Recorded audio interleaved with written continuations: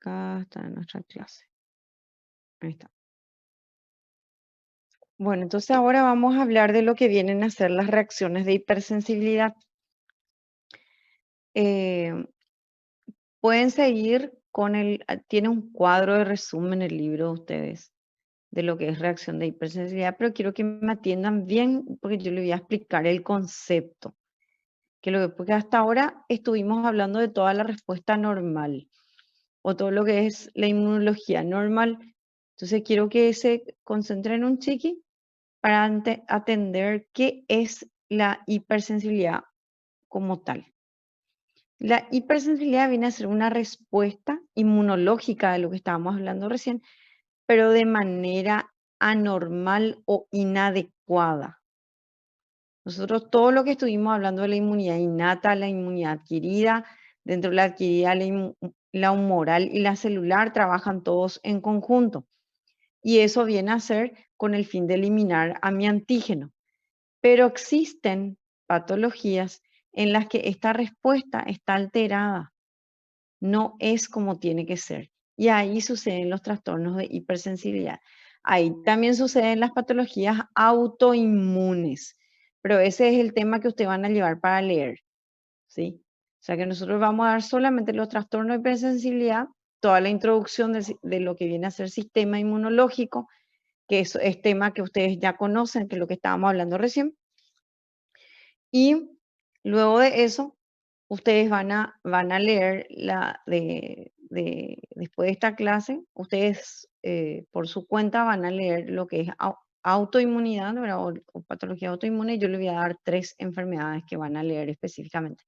Solo eso es lo que les va a entrar de este capítulo. ¿Entendieron? El contenido. Sí, profe. Bueno, y vayan marcando si quieren en su libro, el que tiene el libro, vayan marcando, porque el capítulo es largo. Más adelante habla de inmunodeficiencia y habla de varias otras patologías. Eso no hace falta que estudien. Bueno, entonces, los trastornos de hipersensibilidad son unas respuestas inadecuadas que tiene nuestro sistema inmunológico en ciertas circunstancias, muchas veces de causa desconocida, pero los mecanismos es lo que se conoce como tal. ¿Sí? Vamos a comenzar hablando de la hipersensibilidad tipo 1, que es la más sencilla de todas. Quiero que vayan a Quiero que vayan a un cuadro del libro, que es este que está acá. Un ratito. Ya voy a volver para atrás, no se preocupen. Quiero que vayan a este cuadro y que me sigan con este cuadro mientras yo voy explicando los conceptos, ¿sí? Quédense en este cuadro si tienen. ¿Será que alguien tiene ahí el libro? No capítulo 6, está na página 202. Gracias, gracias. Bueno, vayan a este cuadro, yo voy a ir explicando algunas cositas. Los trastornos de hipersensibilidad tipo 1 se relacionan con la producción de inmunoglobulina E. Para esto tenemos que introducir un concepto. Quédense en ese cuadro, ustedes sigan escuchándome, ¿verdad? ¿Qué son los alergenos? ¿Sí? Los alergenos. Los alergenos se consideran sustancias ambientales que son inocuas o ubicuas, se le dice, que normalmente en individuos en general no deben hacer ningún daño. Pero en los individuos que tienen la predisposición familiar o la predisposición genética, entonces ellos causan este tipo de respuesta de hipersensibilidad. Ese alergeno puede ser un fármaco, puede ser la picadura de un insecto, o sea, las toxinas de un insecto, puede ser el polvo, puede ser el polen. Y por eso es que la vía de ingreso puede ser aérea, digestiva, cutáneo, mucosa o de última parenteral. Eso es un alergeno. ¿Entendieron lo que es un alergeno? Sim, profe. Sí. Súper. Entonces, yo creo que muchos de ustedes han de ser alérgicos, entonces, porque casi todos somos alérgicos en algo. Entonces, yo creo que este les va a parecer luego muy fácil, porque este tipo de hipersensibilidad es fácil de entender. Bueno, hay que introducir acá otro concepto.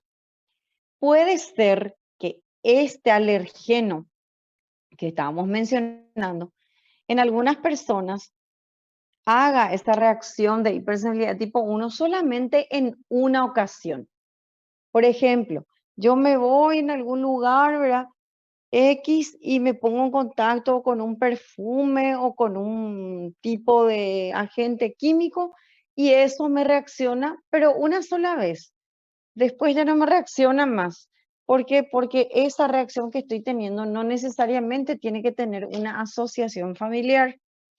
Y cuando tiene una asociación familiar hereditaria se llama atopia o atopía.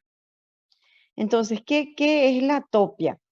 Viene a ser la base hereditaria o asociación familiar en este tipo de respuesta. Vamos a dar los ejemplos. Ejemplo, vamos a suponer que el papá es alérgico a las picaduras de insectos, a las hormigas, a las abejas.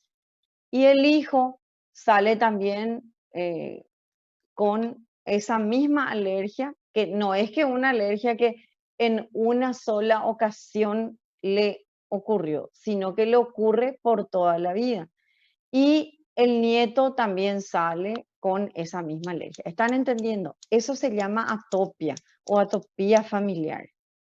El alergeno es el mismo para todo el mundo, solamente que no todo el mundo reacciona de la misma manera ante ese agente alergeno. Y de hecho, para todo el mundo no es luego dañino. Bueno, existen otras sustancias que se llaman secretagogos. Los secretagogos van a ser las sustancias en este tipo de hipersensibilidad que son capaces de desencadenar esta reacción de hipersensibilidad tipo 1. ¿Quiénes son? Van a ser componentes químicos, ¿verdad? Algunas proteínas del complemento, acá se menciona C3A, C5A, la interleuquina 8, la inmunoglobulina E que ya mencionamos, agentes físicos, fármacos, entre otros. Esos son los secretagogos.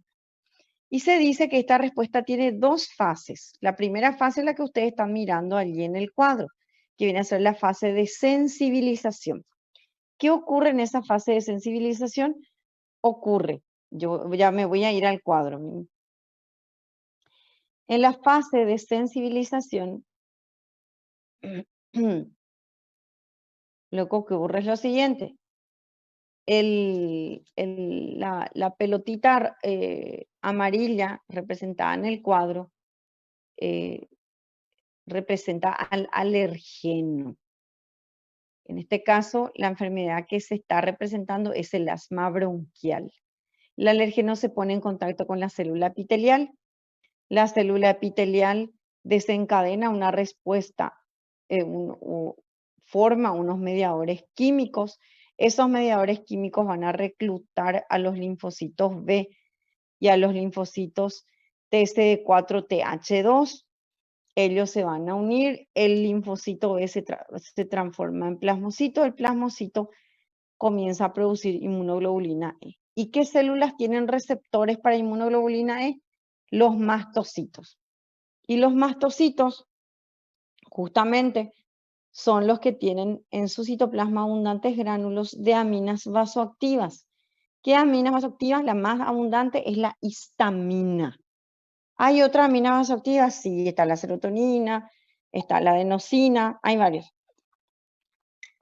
Pero la más abundante es la histamina. Y la histamina tiene la función de hacer vasodilatación, edema, aumento de la permeabilidad vascular, broncoconstricción en el músculo liso del bronquio, y allí se produce el cuadro clínico. En este caso es la explicación del asma bronquial, pero puede ser de cualquier otra patología, ¿sí? ¿Entendieron cómo ocurre esta patología, esta hipersensibilidad tipo 1?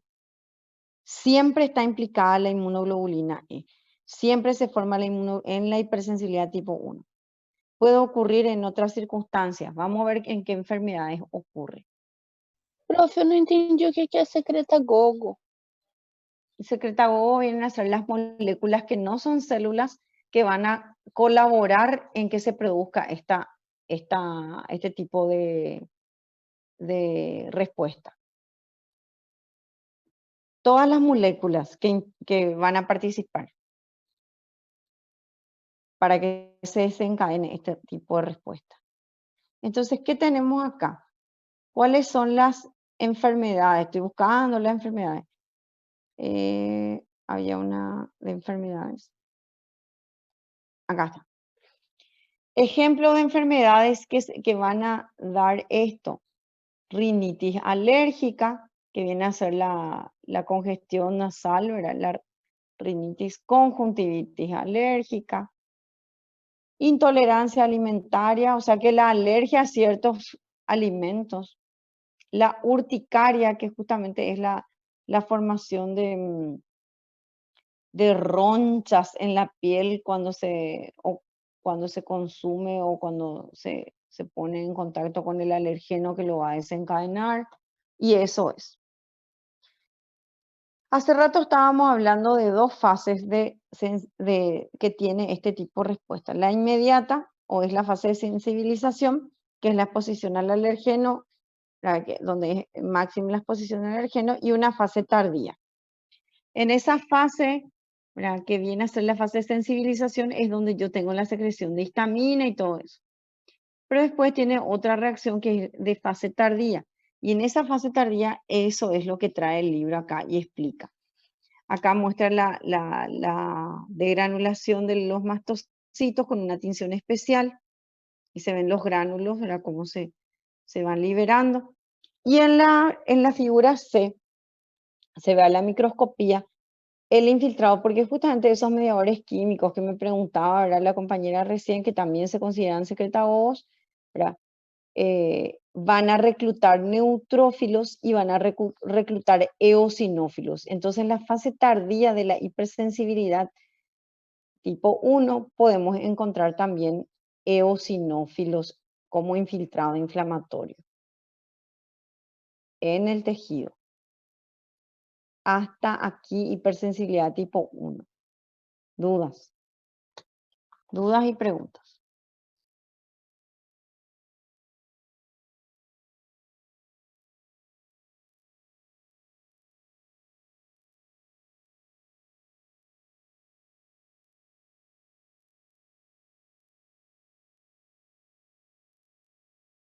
Bueno, si nadie tiene dudas, pasamos a la hipersensibilidad de tipo 2. ¿Les parece?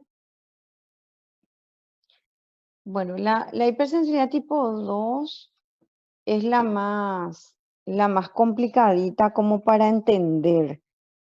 Entonces, acá quiero que pongan más atención todavía, por favor. La hipersensibilidad tipo 2, yo voy a ir directo al cuadro antes para tratar de explicarles, ¿verdad? La hipersensibilidad tipo 2 tiene varios mecanismos de respuesta que así ellos pueden actuar. Recuérdense que acá hipersensibilidad es una respuesta alterada del organismo o del sistema inmunológico. Por ejemplo, la hipersensibilidad tipo 1, yo tenía la respuesta alterada, es que ese alergeno no tenía por qué desencadenar esa respuesta inflamatoria, ¿sí? O porque tiene base hereditaria, o porque justamente mi sistema inmunológico no está bien, es lo que va a ser esa respuesta alterada, exagerada. Pero en este caso, lo que sucede es lo siguiente. Cuando existe un antígeno, acá sí hay antígeno. Hace rato nosotros no teníamos un antígeno. Nuestro antígeno estaba representado por el polen o por los alergenos. En este caso yo tengo un antígeno. Y ese antígeno, o sea que tengo una partícula que es reconocida como extraña. ese antígeno puede ser extrínseco de fuera del organismo propio o intrínseco del organismo propio. Y ella va a actuar de acuerdo a ese antígeno. Esta hipersensibilidad va a dar respuestas que no debería dar ante esos antígenos. Un antígeno que puede ser extrínseco, como por ejemplo en la eritroblastosis fetal, en la que en el recién nacido o la anemia hemolítica de recién nacido se denomina también esa patología, él por la lactancia materna adquiere anticuerpos de la madre y los anticuerpos de la madre reconocen como extraños a los eritrocitos del recién nacido y hace una anemia hemolítica. ¿Están entendiendo? En ese caso, mi antígeno viene a ser extrínseco. Entonces, ¿qué sucede? Se reconoce como ajeno y se marca, ¿sí? Mi célula presentadora de antígeno lo marca. Activa al complemento, por eso más viene mi célula presentadora de antígeno, que hace rato eso preguntaste, Joan. Mira que el propio antígeno ahora puede sencillamente activar a las proteínas del complemento y las proteínas del complemento entonces reclutar a otra célula. Lo va a fagocitar y esa marcación que se le hace de que esto es extraño es lo que se llama opsonización. Y cuando ocurre la opsonización viene el macrófago o la célula presentadora de antígeno con capacidad fagocítica y le engloba la partícula y lleva a una fagocitosis. Ese es un mecanismo que se llama opsonización o fagocitosis.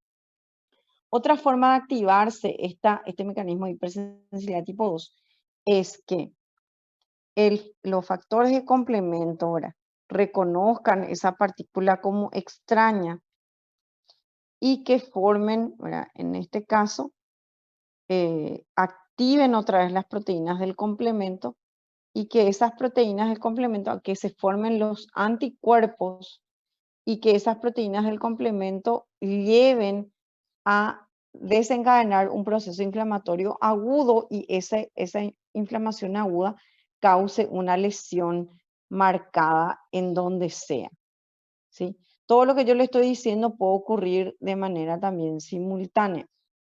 Y el otro mecanismo, esto se llama activación del complemento mediado por inflamación, o sea, o inflamación mediada por activación de proteínas del complemento. ¿Verdad? Otra cosa que puede suceder, y acá sí se dan dos patologías específicas para que ustedes entiendan, porque justamente son patologías que son autoinmunes, es que por alteración de mi sistema inmunológico, que no está normal, o sea, una respuesta anormal o disfuncional, ocurre lo siguiente, que una propia partícula de alguna célula de mi organismo se reconozca como ajena y que eso se identifique como un antígeno. Aquí a la izquierda se representa la célula tiroidea, o sea que la célula folicular.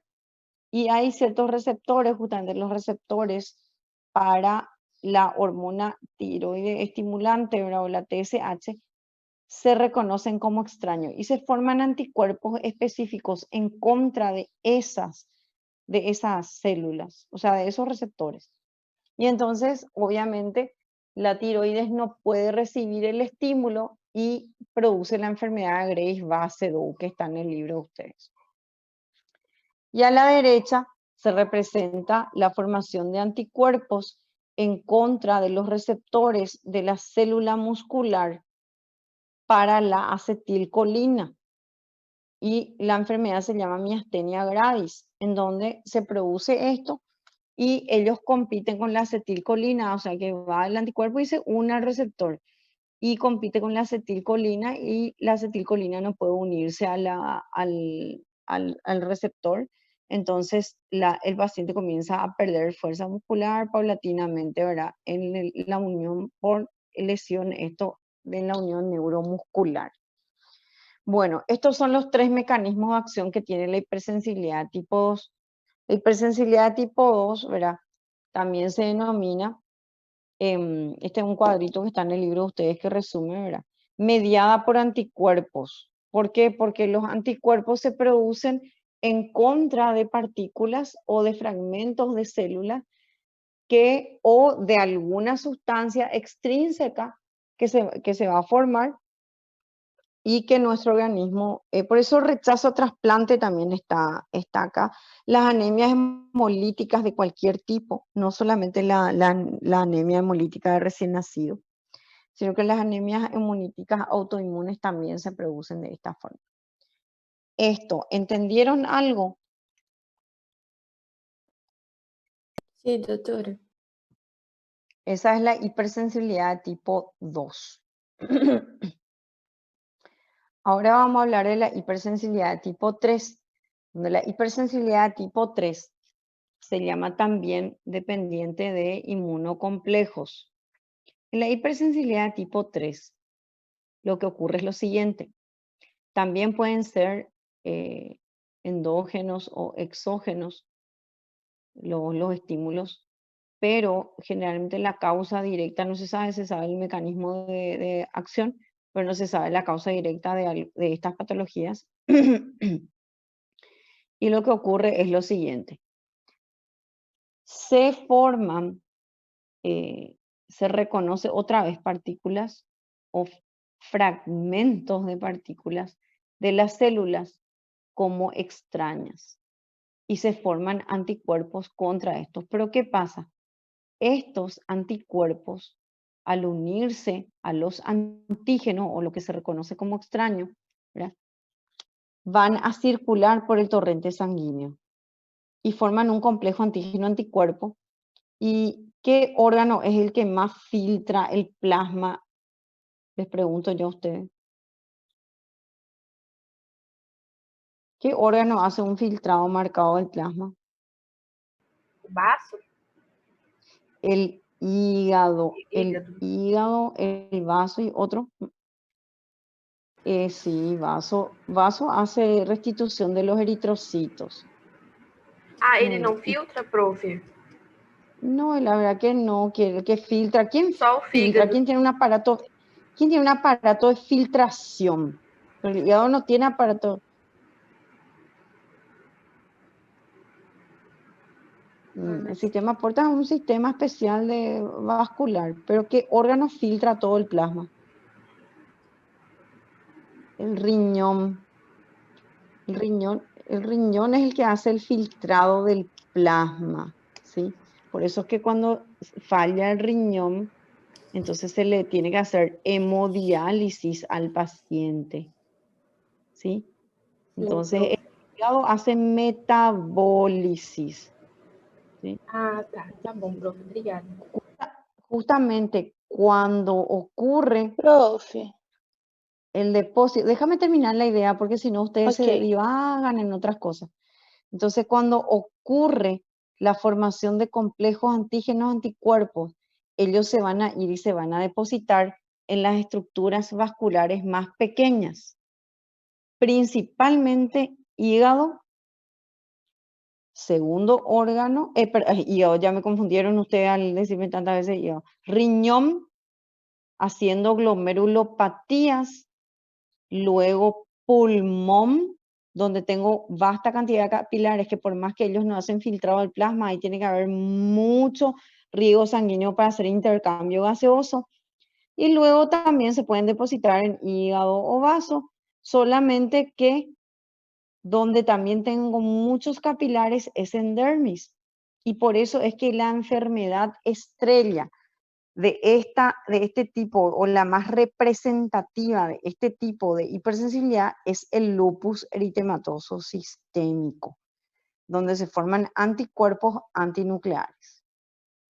No sé si entendieron algo de lo que les dije. Sí, te escucho. A una de las compañeras quiso preguntar algo. Eu já entendi, Ahora, prof. ¿ya? ¿Segura? Entonces, por eso es que el lupus comienza con una vasculitis, porque ese depósito, dice el libro que o este cuadro, ¿verdad?, que pasa por 3 fases. La unión del complejo antígeno-anticuerpo, que obviamente para esto el antígeno se detectó, se estimuló a la célula B o linfocito B para que forme, o por medio del plasmocito ella misma, los anticuerpos, se produce la unión y comienzan a circular. O se pueden también formar in situ en el órgano, que eso es lo que sucede mucho en las glomerulopatías, que vamos a ver cuando vemos la patogenia de las glomerulopatías en riñón, ¿verdad? Y esto tienen que entender súper bien, porque realmente esta es la explicación básica de las glomerulopatías. Entonces se forma ese complejo antígeno-anticuerpo, que puede ser en contra, en el caso del lupus, es en contra de proteínas nucleares, se llaman anticuerpos antinucleares, ante varios fragmentos, algunos son de membrana nuclear, otros son en contra de proteínas del ADN, y luego de eso se van a unir y van a comenzar a circular por el torrente sanguíneo y van a desencadenar una inflamación en los vasos sanguíneos, que uno de los tipos de lesiones que produce es una vasculitis necrotizante. Otro ejemplo que se da de esto es la paranteritis nudosa, que no es una entidad como tal, sino que es una manifestación de varias entidades inmunológicas y autoinmunes, donde ocurre una necrosis luego en la pared, y eso es lo que se muestra acá, ¿verdad? Una necrosis de la pared del vaso sanguíneo, que se llama vasculitis. Hay varios tipos de vasculitis, vamos a ver cuando vemos vaso sanguíneo. Pero bueno, a fines prácticos, lo que quiero es que entiendan la patogenia de la hipersensibilidad tipo 3. ¿Qué ocurre? Formación de complejo antígeno-anticuerpo, que no tienen que formarse ni tienen que circular. Eso no está bien. Nosotros, eso recién cuando estábamos hablando de lo normal o de la respuesta inmunológica normal, no debería de ocurrir. Entonces se desencadena este tipo de respuesta y se van destruyendo ahora los órganos donde va depositándose este complejo antígeno-anticuerpo. ¿Entendieron más o menos eso? Sí. ¿Alguna pregunta, algo que quieran preguntar antes de pasar a la tipo 4? No, profe. Bueno, por eso es que el lupus daña todos los órganos, ¿sí? O sea que es una enfermedad sistémica, solo que ustedes saben que sus manifestaciones, sus primeras manifestaciones comienzan en articulaciones, en piel, en pulmón, y justamente una de las cosas que más se controla en esos pacientes es el riñón, por el riesgo, alto riesgo que tiene a ser glomerulopatías. Bueno, nuevamente a nuestro cuadrito, vamos a hablar de la hipersensibilidad tipo 4, llamada también mediada por células T. Voy a ir a nuestro cuadro. La hipersensibilidad tipo 4, que también es una respuesta alterada. Y cuando les diga y les explique, ustedes me van a decir qué tipo de inflamación o de qué tipo de inflamación estamos hablando. Acá sucede lo siguiente. Acá no se forma, no se forman los anticuerpos. Vieron que en la tipo 2, en la tipo 1 se formaba inmunoglobulina E. En la tipo 2 teníamos IgG, IgM. En la tipo 3 dependía de cuál era mi antígeno para que se forme un anticuerpo específico en contra de algo, ¿verdad? Y en la tipo 4 no se forman anticuerpos. ¿Qué es lo que sucede acá? Viene mi agente lesivo, que viene a ser mi antígeno, es englobado por una célula presentadora de antígeno y la presenta al linfocito T, ¿verdad? En este caso el helper. El helper puede reclutar los linfocitos TCD8 y directamente a reclutar el TCD8 en conjunto liberan citoquinas que van a reclutar ¿a quién? A macrófagos y neutrófilos.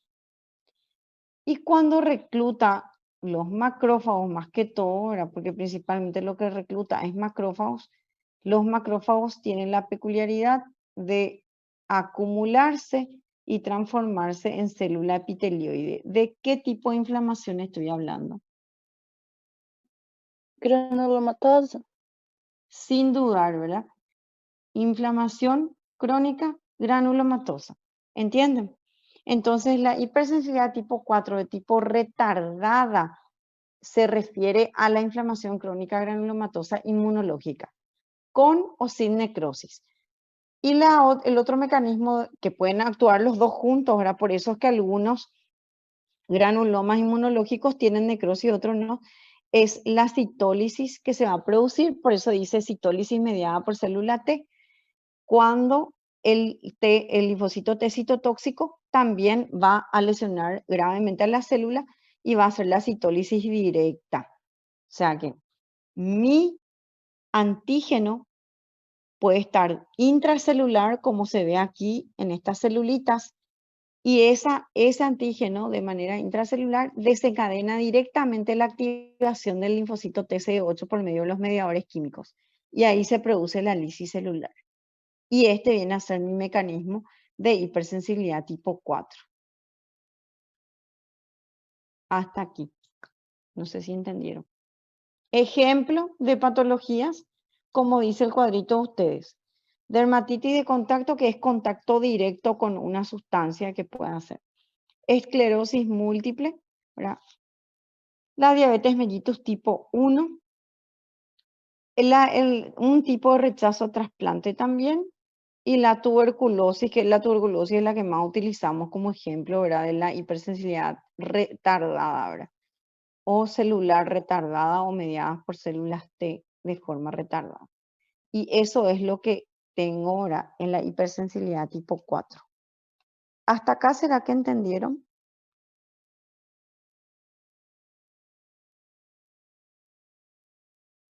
Sí. Sí, como les dije, es un poco abstracto esto que estamos hablando. Pero no, yo sé que ustedes dieron inmunología. Si es que por primera vez en su vida están escuchando esto, sí les iba a parecer a lo mejor más complejo. Pero yo sé que ustedes tienen base, ¿verdad? No, no es que no tienen base. Bueno, sí, escucho.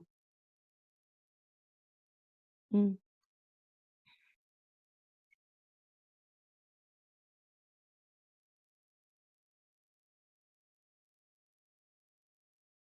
sí, claro. No, eso depende, Joan, eso depende de cómo vos te sientas con la preparación que tenés. ¿Cómo te voy a decir? Ayer en un grupo un alumno me dijo, discúlpame doctora, pero yo no te entiendo nada. No estoy entendiendo nada de lo que vos decís. Yo creo, ¿verdad? Y en el mismo grupo otros compañeros me dijeron, doctora, se entiende bien. Entonces, si vos tenés base y entendiste lo que yo dije y estudiaste inmunología y tenés base de histología, sin problema podés guiarte por las anotaciones que tomaste en la clase y súper bien vas a entender los procesos, ¿verdad?, de hipersensibilidad. Por eso la clase pues es una guía para que ustedes vayan a estudiar. Ahora, si es que no entendiste nada de la clase, porque tu base no es buena, porque alguien que no entendió absolutamente nada, después que yo estoy hablando hace cuánto, hace 1 hora, casi 40 minutos, ¿verdad? Em, quiere decir de que no tiene base de primero y segundo año.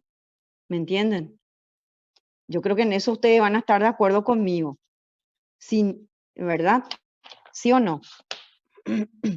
Y eso ya no puedo solucionar. O sea, yo hasta cierto punto puedo darles explicaciones, pero si es que ustedes no tienen base de primer y segundo año, yo ahí ya lo siento mucho ahora. No, no sé qué hicieron en primer y segundo. A mí me sucedió ayer con un grupo, ¿verdad?, donde un compañero dijo que no entendía, yo no te entiendo nada, doctora. Entonces, Doctora, yo no puedo, nosotros sí, tivemos, ¿cómo? nosotros tivemos base, tivemos una doctora muy buena, Sí, doctora Vivian, muy no, buena, no, yo me excelente. doy cuenta, sí, yo me doy cuenta por las preguntas que ustedes hacen, por los comentarios que hacen, y por eso es que no me preocupa mucho ahora. Pero eso ya depende de vos, John. Yo te diría que leas no todo el capítulo, todos los contenidos que desarrollamos hoy, que viene a ser la introducción, Y la hipersensibilidad no es largo, yo.